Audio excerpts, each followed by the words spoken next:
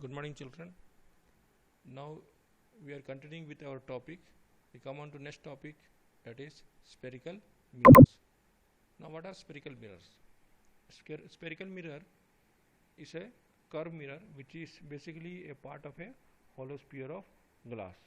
Now, this hollow sphere of glass, you will see here, these spherical mirrors are basically obtained from cutting this hollow sphere of glass into two parts, such that if you silver polish the outward curve portion, outward bulging portion of the mirror, so that the inward curve path becomes the reflecting portion, that becomes a concave mirror.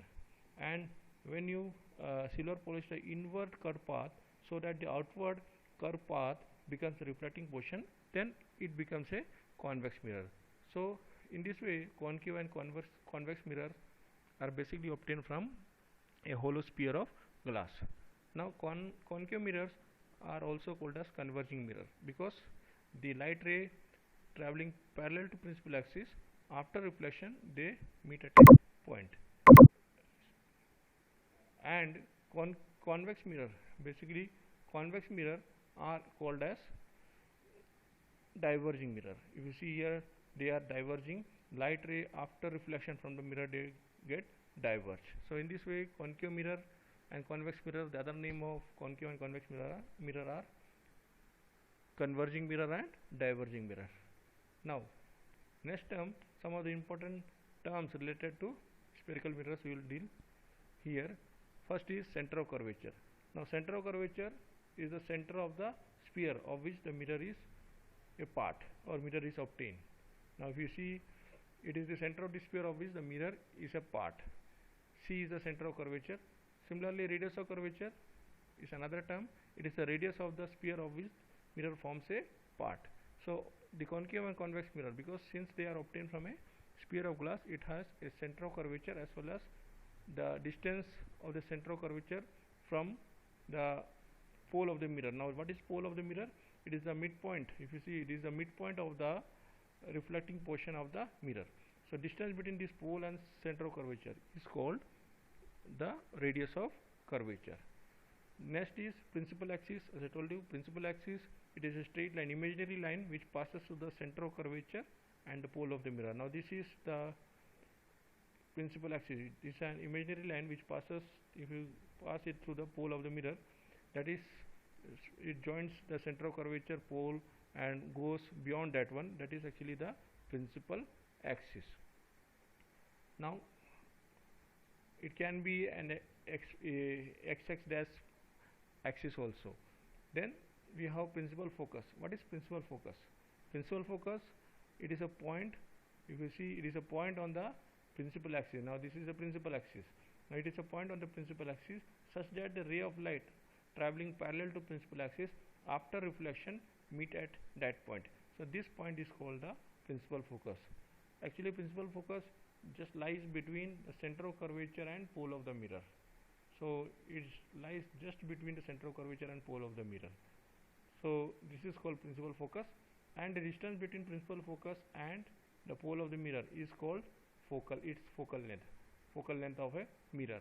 That can be concave mirror or convex mirror. So here PF is the focal length. So we are having different terms here related to. C is the center of curvature, P is the pole of the mirror, F is the principal focus, CP is the radius of curvature, and PF is the focal length. Now there is a relation between radius of curvature and focal length. Focal length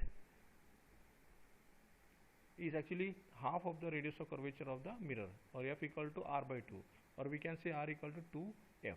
So this is an important formula, R equal to 2F or F equal to R by 2.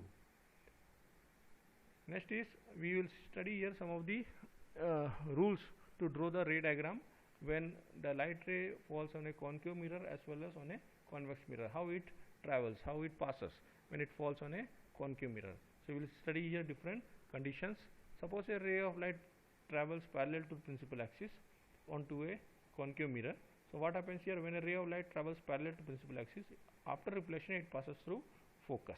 So here it is always passing through focus. So all those rays of light which travels parallel to principal axis always passes through focus. Similarly, Here also in convex mirror, if you see convex mirror, the rays of light, that is after reflection, you will see here it appears to pass through focus. So this is how what happens when the ray of light travels parallel to principal axis. Next is, if a ray of light travels through the focus and falls onto the mirror, after reflection it travels parallel to principal axis. Here also the ray of light which is appearing to pass through focus in convex mirror, after reflection passes parallel to principal axis. Then any ray of light which passes through center of curvature after reflection, what happens here?